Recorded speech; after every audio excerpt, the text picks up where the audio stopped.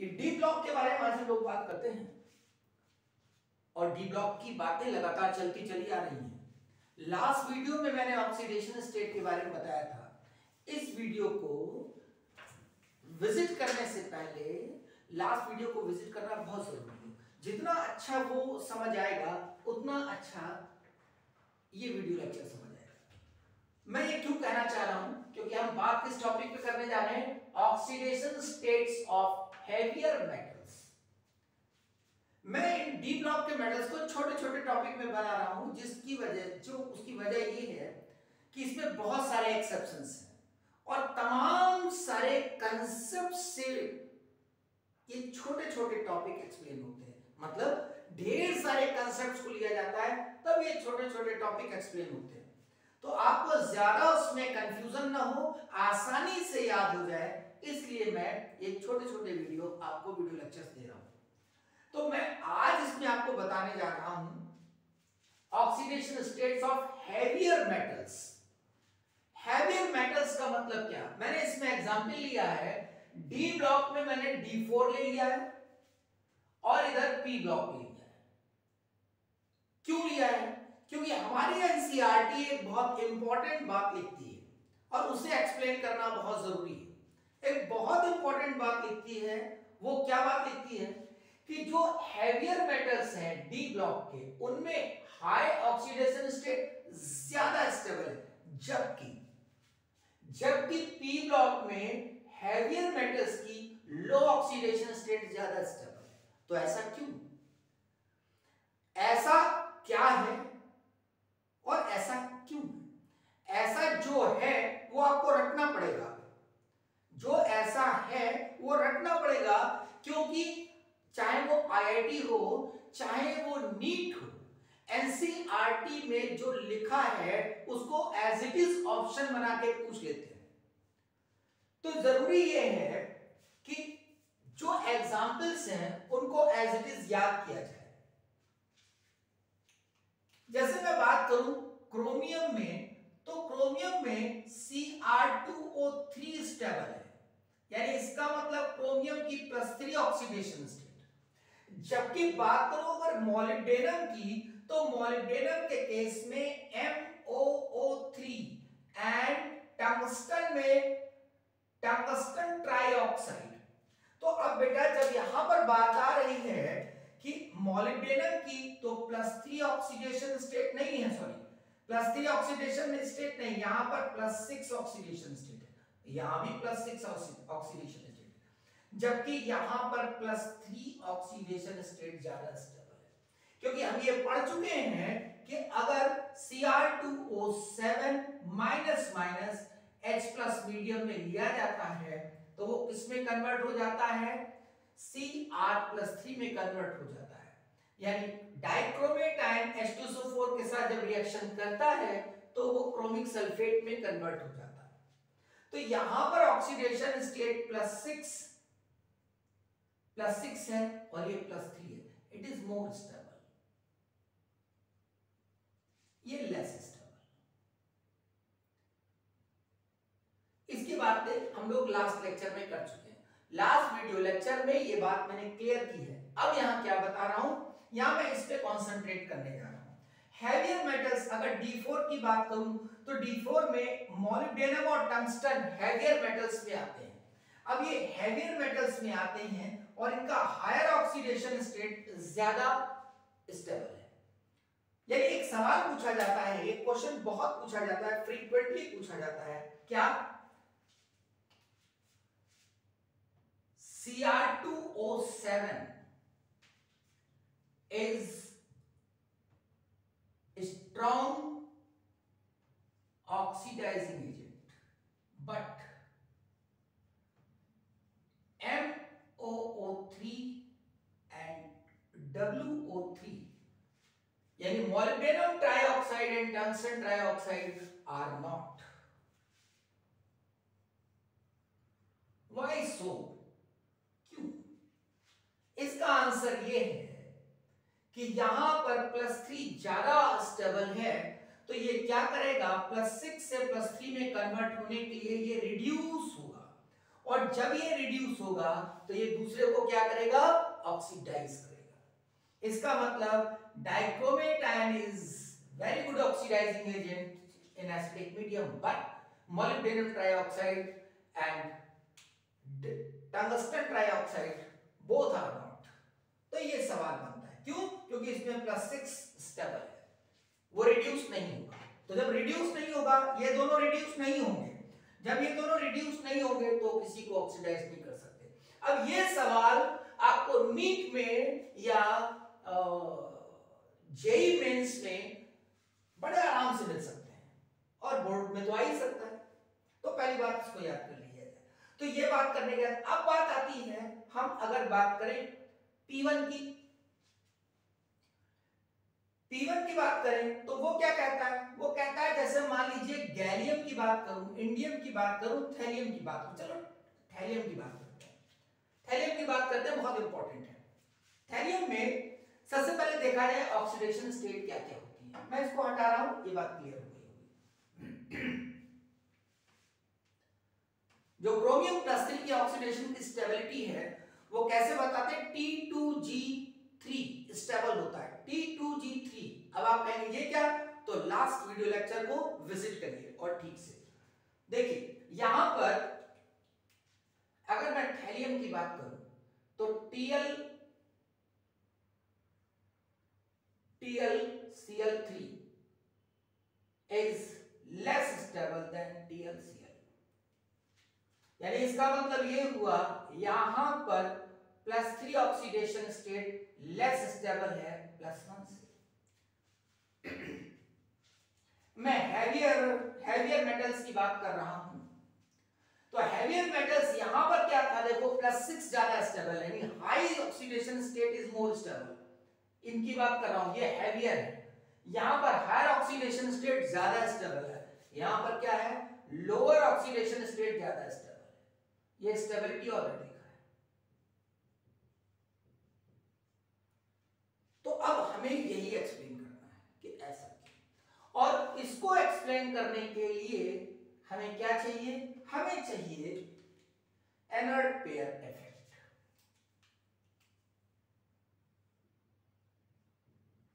तो पहले जब मैं इसको बताने जा रहा हूं तो आपके दिमाग में क्या होना चाहिए?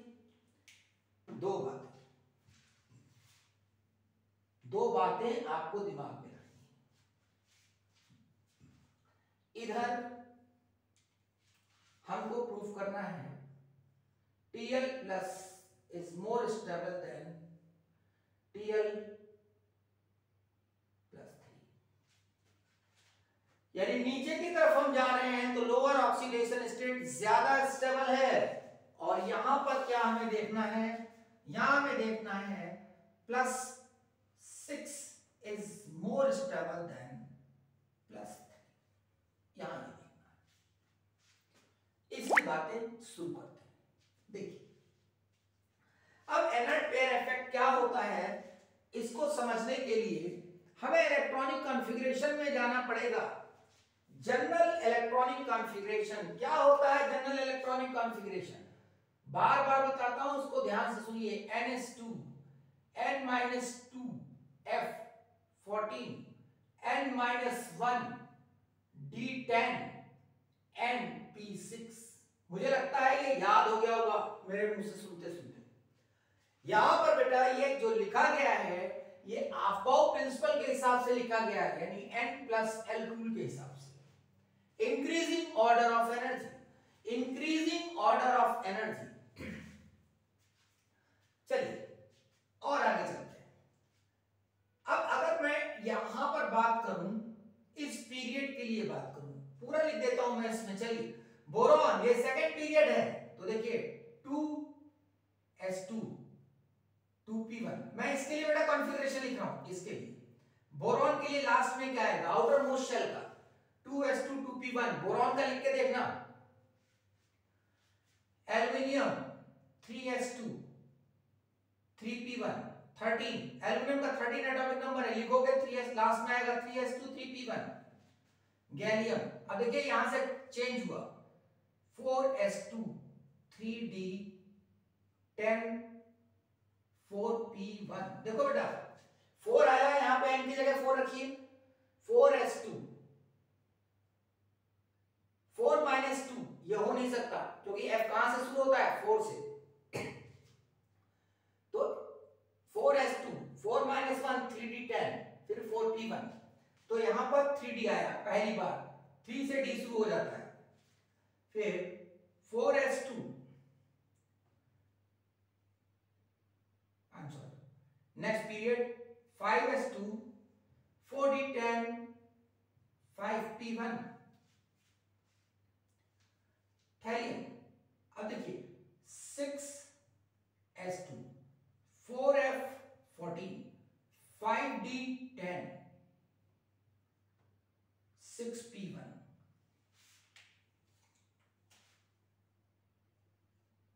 देखिए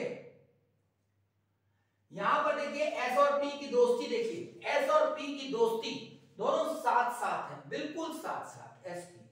यहां पर भी SP दोनों साथ साथ है, करीब करीब है, लेकिन यहां दोस्ती में दरार आ गई, दोस्ती में दरार, दोस्ती में दूरी, ये बीच में कोई आ गया, ये बीच में कोई आ गया, दोस्ती में दूरी, दोस्ती में दरार। बस यही कारण है, यही कारण है इनर्ट पेयर इफेक्ट का, यही कारण है इनर्ट पेयर इफेक्ट का, ये एनर्जी गैप। अब ये कैसे होता है मैं भी आपको समझाता हूं। देखिए ये न्यूक्लियस, ये न्यूक्लियस, ये यहां पर मैंने शेल्स और सबशेल्स बनाए समझाने के लिए। सपोज कर लीजिए, क्योंकि थैलियम की बात कर रहा हूं तो थैलियम में ही चलते हैं। मान लेते हैं ये 6s है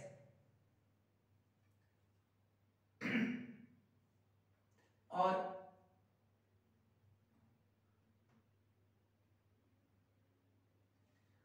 ये हो गया आपका 4f, ये हो गया 5d और ये हो गया 6p।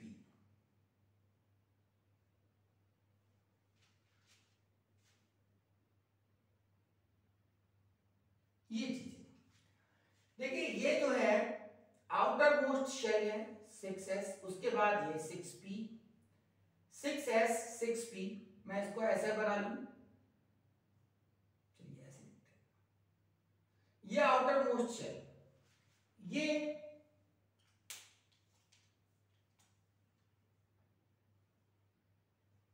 ये अल्टीमेट, ये अल्टीमेट शेल बेटा,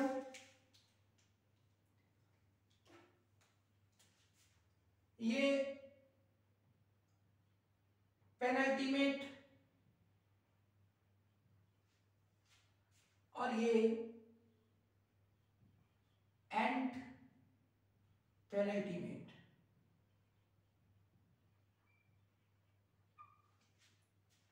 देखिए सबसे बाहर वाला अल्टीमेट, उसके पीछे वाला पेनल्टीमेट, उसके अंदर वाला एंड पेनल्टीमेट शेल। इलेक्ट्रॉन भरते हैं। चलिए जब मैं थैलियम की बात कर रहा हूं तो कैसे इलेक्ट्रॉन भरे जाएंगे। 6s2, ये सबसे इधर आ गए हम, देखो बेटा सबसे इधर आ गए 6s2, 6s2 में इलेक्ट्रॉन, ये पड़े हैं इलेक्ट्रॉन, इसमें 2 इलेक्ट्रॉन पड़े। बहुत बेटा ध्यान से समझना, बस यहीं पे सब कुछ है। 6s2 ये इलेक्ट्रॉन पड़े। अब भरना कहां शुरू होंगे इलेक्ट्रॉन, 4f14 में। अब देखिए ये इलेक्ट्रॉन इसके अंदर आया एक, यहां एक प्रोटॉन आया, फिर इलेक्ट्रॉन, फिर प्रोटॉन, फिर इलेक्ट्रॉन, फिर प्रोटॉन। ध्यान दीजिए 4f में मैं इलेक्ट्रॉन डाल रहा हूं, मैं 4f में इलेक्ट्रॉन डाल रहा हूं और यहां पर प्रोटॉन उतना ही डाल रहा हूं, जितने प्रोटॉन यहां, जितने इलेक्ट्रॉन यहां, यानी 14 इलेक्ट्रॉन यहां तो 14 प्रोटॉन यहां। अब देखिए nuclear charge, effective nuclear charge बढ़ता जा रहा है, इफेक्टिव न्यूक्लियर चार्ज बढ़ता जा रहा है। अब देखिए बेटा आप अगर ध्यान से सुने तो यहां पर जितना बढ़ता जा रहा है क्योंकि जो sp_df में शील्डिंग इफेक्ट है, SHIELD शील्डिंग इफेक्ट, यानी इसका न्यूक्लियस को ये 4f प्रॉपर शील्ड नहीं करता है। 4f का, f का और d का शील्डिंग इफेक्ट बहुत पुअर है। पुअर शील्डिंग इफेक्ट यानी न्यूक्लियस को प्रॉपर शील्ड नहीं कर पाते हैं। इनकी बनावट ऐसी होती है बेटा, d और f की डिफ्यूज्ड फॉर्म होता है, तो ये क्या करते हैं, न्यूक्लियस को प्रॉपर शील्ड नहीं कर पाते हैं। तो क्या होगा, इनको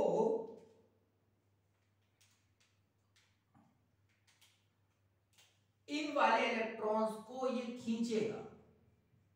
यहां जैसे जैसे प्रोटॉन बढ़ते जाएंगे, क्योंकि ये शील्ड नहीं कर पा रहा है, तो ये खींचता जाएगा, यानी इसको पुल करेगा। यानी इसका मतलब इस इलेक्ट्रॉन पेयर की स्टेबिलिटी बढ़ेगी। मेरी बात समझ रहे हो बेटा? सुनो ध्यान से। जैसे जैसे इलेक्ट्रॉन यहां जा रहे हैं, वैसे वैसे प्रोटॉन यहां पे बढ़ रहे हैं, यानी इफेक्टिव न्यूक्लियर चार्ज बढ़ रहा है। जब इफेक्टिव न्यूक्लियर चार्ज बढ़ेगा तो क्या होगा, तो ये इन इलेक्ट्रॉन पेयर को, दिस इलेक्ट्रॉन पेयर, क्योंकि s2 में है बेटा, ये s2 का मतलब ये वाले, ये इलेक्ट्रॉन है ये, तो इस इलेक्ट्रॉन पेयर को ये खींचेगा। और जितने इलेक्ट्रॉन 14 के बाद ये 10 आएंगे, क्योंकि जब ये 14 फिर ये 10 आएंगे, तो और 10 प्रोटॉन बढ़ गए। लेकिन तो आप सोचिए इस बात को, लगातार जैसे जैसे प्रोटॉन यहां बढ़ रहा है, इसको वो पुल कर रहा है, यानी इसका यहां से अट्रैक्शन फोर्स बढ़ता जा रहा है, इसकी स्टेबिलिटी बढ़ती जा रही है, स्टेबिलिटी इंक्रीजेस। किसकी स्टेबिलिटी बढ़ रही है? इस इलेक्ट्रॉन पेयर की। अब सुनिए, इसकी अगर स्टेबिलिटी बढ़ रही है तो क्या ये बाहर निकलेगा? इसको एनर्जी देंगे, इसको निकालने के लिए क्या करना पड़ेगा? बहुत एनर्जी देनी पड़ेगी। तो ये क्या कहलाता है? Inert pair. These two electrons, the electrons which are present in S subshell, the electrons which are present in S subshell are comparatively more stable, are considered as inert in comparison than this electron. कौन सा electron? ये वाला electron, P वाला electron, P में जो एक electron, क्योंकि इन दोनों के बीच में ये इतने सारे इलेक्ट्रॉन आ गए, यानी इन न्यूक्लियस ने इसको टाइटली पकड़ रखा है, तो this electron pair becomes inert. तो अब ये जो P1 इलेक्ट्रॉन आएगा, ये वाला, जब तुम एनर्जी दोगे तो ये आसानी से निकल जाएगा। कहने का मतलब ये हुआ कि Tl+1 आसानी से बनेगा, क्योंकि S2P1 में जब हम एनर्जी देंगे तो क्या होगा, खट से एक इलेक्ट्रॉन निकल जाएगा, S2P1 एक इलेक्ट्रॉन निकल जाएगा, तो Tl+1 हो गया। मैं पूरा करके दिखाता हूं। थैलियम Tl+1, फिर एनर्जी देंगे तो क्या हो जाएगा, Tl+3, यानी S2P1 से S2 और फिर जाके S0, ये होगा। यानी Tl+1 का बनना बहुत आसान है, लेकिन इन दोनों इलेक्ट्रॉन को निकालना, इस इलेक्ट्रॉन को निकालना मुश्किल है, क्योंकि इसको एक्स्ट्रा स्टेबिलिटी मिल रखी, इस पर एक्स्ट्रा फोर्स लगा हुआ है, यहां से इसको खूब टाइटली पैक कर रखा गया है, इट इज इनर्ट। तो extra stability of electrons present in s subshell is known as inert pair effect. अब देख लीजिए, यहां पर +3 होता है ऑक्सीडेशन स्टेट, यहां होता है +3, यानी बोरॉन के लिए +3, एल्युमिनियम के लिए +3, लेकिन गैलियम से स्टार्ट होता है +1 and +3, +1 and +3, +1 and +3। और जैसे जैसे हम नीचे जाते हैं लोअर ऑक्सीडेशन स्टेट की स्टेबिलिटी बढ़ जाती है। यानी जैसे जैसे नीचे जाएंगे लोअर ऑक्सीडेशन की स्टेबिलिटी बढ़ जाती है। वो ये कहना चाहता है, जबकि पी ब्लॉक में क्या होता है, टंगस्टन +6 की स्टेबिलिटी बढ़ती है, क्योंकि यहां पर पी के इलेक्ट्रॉन की बात नहीं हो रही है। ये पी का इलेक्ट्रॉन जो बाद में आया है, जो बाद में आया है पी का इलेक्ट्रॉन, वो आसानी से निकल जाता है, जो कि यहां नहीं है। मेरी बात समझ रहे हैं? तो due to the inert pair effect यहां पर lower oxidation state is more stable. मेरा ख्याल ये बात समझ में आ रही होगी।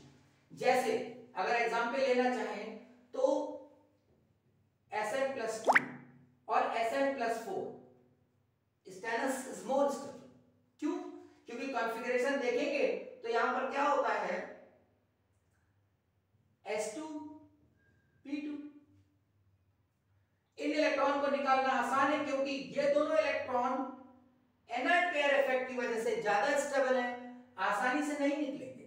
इन दोनों इलेक्ट्रॉन को निकालना आसान है। यानी इसका मतलब ये हुआ कि अगर हम बात करें टिन की बात करें, Sn में बात करें, तो +2 oxidation state is more stable than that of +4।